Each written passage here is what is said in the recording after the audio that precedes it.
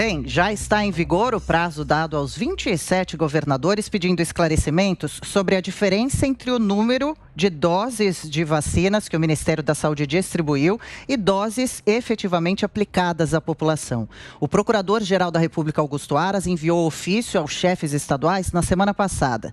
Os líderes locais receberam esses ofícios do Ministério Público Federal, pedindo informações sobre o ritmo da imunização contra a Covid. O prazo para resposta é de 10 dias. Um levantamento do GIAC, o Gabinete Integrado de Acompanhamento da Epidemia de Covid-19, feito a partir do vacinômetro da plataforma do Localiza SUS, mostra que enquanto o governo federal contabiliza 53.529.336 doses distribuídas, somente, aí entra a diferença, 33.279.658 doses desses imunizantes foram aplicadas na população. Apesar de o Ministério da Saúde ter recomendado a aplicação integral das doses, o Fórum de Governadores manteve a orientação para que os gestores locais continuem estocando lotes para garantir a segunda aplicação das vacinas. Está aí já, então, a nossa primeira polêmica, o primeiro assunto que a gente discutiu hoje aqui em Os Pingos nos Is. Eu começo essa segunda-feira, esse comecinho de semana, com você aí no Rio de Janeiro, Guilherme Fiuza. Boa noite, um prazer imenso estar aqui participando do programa com você, com a Ana, com o Zé também. E aí, então, os governadores vão ter que se explicar sobre vacinação também, além do governo federal, Fiuza? Pois é, Adriana, seja muito bem-vinda. Grande prazer estar aí trabalhando com você agora. Estou com retorno, com delay no retorno. Se puderem abaixar, por favor. Vou tirar o meu fone. De novo, seja muito bem-vinda, Adriana. Um prazer trabalhar diretamente com você. Boa noite, Zé Maria Trindade. Boa noite, Ana Paula Henkel. Boa noite a todos. A gente está, nesse assunto do combate à pandemia, invertendo algumas prioridades, né? Então, nós precisamos, de fato, urgentemente, o país precisa, a sociedade precisa otimizar, melhorar o combate a essa pandemia, em relação a todos os aspectos, em relação às formas de isolamento, em relação às formas de proteção à saúde. Existe um quadro muito embaçado de informações, de dados, como nós já vimos nas primeiras grandes investigações abertas pela Polícia Federal, que revelaram o chamado Covidão, né? Ou seja, desvio de verbas emergenciais. E, a partir dali, ficou de fato um ponto de interrogação sobre a maneira como os entes federados, né, que receberam do STF a autonomia para conduzir a política de saúde e a política de segurança sanitária, ficou uma interrogação sobre a maneira como os estados brasileiros estavam agindo e os seus governantes. Porque, infelizmente, durante esse processo, verificou-se também o uso, quase que eles falam do consórcio, né? Existe quase que um consórcio de política, né? De política eleitoral, eleitoreira, visando o governo federal. A questão da distribuição das vacinas, de fato, existe um plano de imunização. E eu acho que o governo federal precisaria apontar, né? Quer dizer, nós já vimos informalmente essa questão sendo levantada, né? Sobre o ritmo, a vazão que está sendo dada, né? Em relação às vacinas recebidas versus o número de pessoas vacinadas, mas formalmente, que eu saiba, os gestores do Plano Nacional de Imunização não estão considerando indevida, né, esse ritmo de vacinação. Eu estou querendo ser bonzinho aqui, Adriana, porque eu custo a crer, né, com tudo que nós já vimos, com as políticas falsas de segurança sanitária para formas de controle, para fazer política, eu custo a crer que governadores estejam segurando vacinas. Mas, já que existe o pedido, vamos aguardar a resposta. Nós já vimos aí outros pedidos de informação sobre hospitais de campanha, por exemplo, que alguns estados demoraram a responder, depois responderam. Existe uma guerra política aí. Vamos ver o que tem de fato que possa ajudar na gestão contra a pandemia nesse pedido agora. Sim, a gente aguarda de olho no assunto. Vamos seguir então agora indo lá para Brasília. José Maria Trindade, boa noite. Salve, salve, Zé. Queremos ouvir, claro, sua opinião também. Pois é, a cobrança dos governadores, eles não estão acostumados com isso, não. Olha, boa noite, prazer você aqui na bancada. E muito boa noite, Fiuza, boa noite, Ana, boa noite a todos. Adriana, é o seguinte, os governadores ficaram irritados com esta cobrança do Procurador-Geral da República, Augusto Aras.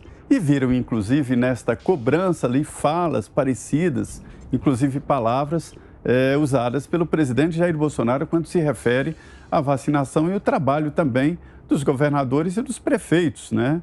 O combate à Covid está sendo levado principalmente, ou quase no total, exatamente pelos prefeitos e governadores. Ao presidente da República, Ministério da Saúde, cabe meios, compra de equipamentos hospitalares, repasse de recursos e assim por diante.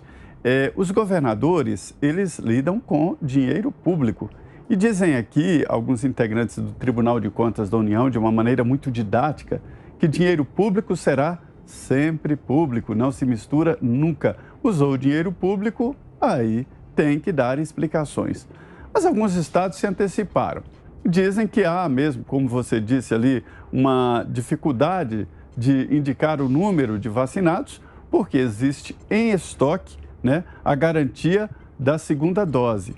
Mas já existe, por parte do Ministério da Saúde, um comando geral, né, no sentido de que todas as doses devem ser aplicadas.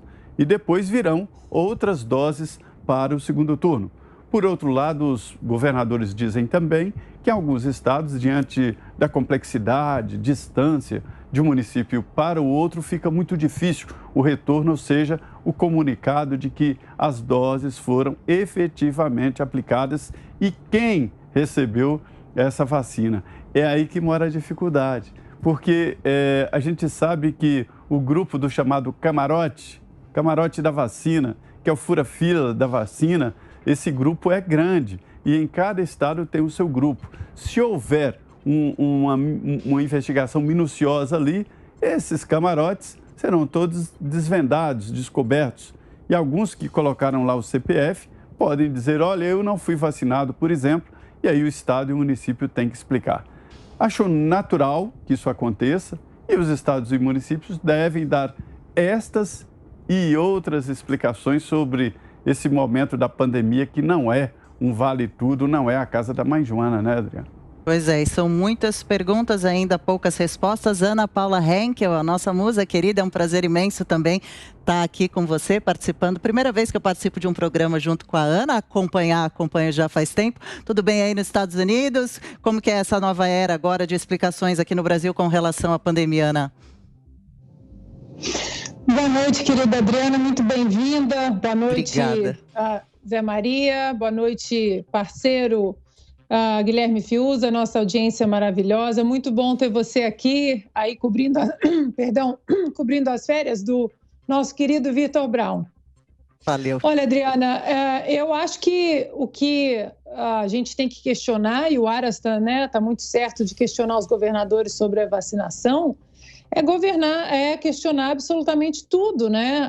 Já que aí querem colocar uma CPI da Covid-19 de uma forma que inclua o âmbito nacional, a gente tem que ir absolutamente em cada ponto. Nós agora temos que vigiar não apenas os pontos que serão trazidos a essa CPI, que já nasce um pouco estranha, aí, tendo como possível relator Renan Calheiros, né, com 17 inquéritos aí rodando nos âmbitos judiciais do Brasil, mas a gente tem que ficar de olho para que essa CPI não vire mais um palanque político, não apenas no questionamento à vacinação nos estados, né? Acho que existem aí muitas perguntas sem respostas, mas também sobre os repasses federais aos estados, aos municípios, os hospitais de campanha. Para o nosso ouvinte aqui, uma notícia quentíssima que acabou de sair na revista Oeste, do nosso querido Edilson Salgueiro. O Ministério Público Federal está questionando os estados sobre os repasses, exatamente sobre os repasses federais. A subprocuradora-geral da República, Lindor Araújo, encaminhou ofício aos governadores dos estados brasileiros em que questiona exatamente o que eu mencionei: repasses de verbas federais em ações de enfrentamento da pandemia de Covid-19. E aí, entre essas questões, Adriana, ela menciona a utilização de recursos em hospitais de campanha. Isso aí é uma pergunta muito pertinente que todos nós queremos saber, incluindo a especificação dos valores repassados e a quantia redistribuída aos municípios e a relação completa dos insumos e equipamentos das estruturas desativadas. Isso é uma grande dúvida aí que todo brasileiro hoje tem, com a comprovação da destinação de bens e valores. Além disso, Adriana, a subprocuradora-geral, ela também está solicitando dados sobre o uso dessas verbas federais destinadas ao combate, com o objetivo de investigar se algum valor foi realocado para outros fins, por exemplo, como a gente vem vendo algumas denúncias em relação à folha de pagamento de alguns estados e municípios. A subprocuradora ela ainda quer a justificativa, e vai ser muito interessante a gente avaliar, a justificativa para a desativação de diversos hospitais de campanha construídos em 2020, considerando aí que a pandemia prossegue, né, em todo o país, inclusive com novas cepas. Vai ser interessante, a gente sempre critica muito o Ministério Público aqui em relação a isso, a uma certa... a não estar totalmente aí em cima de muitas perguntas que a nação tem, e aí agora a subprocuradora Lindora Araújo, ela está correndo atrás de muitas perguntas que todos nós temos.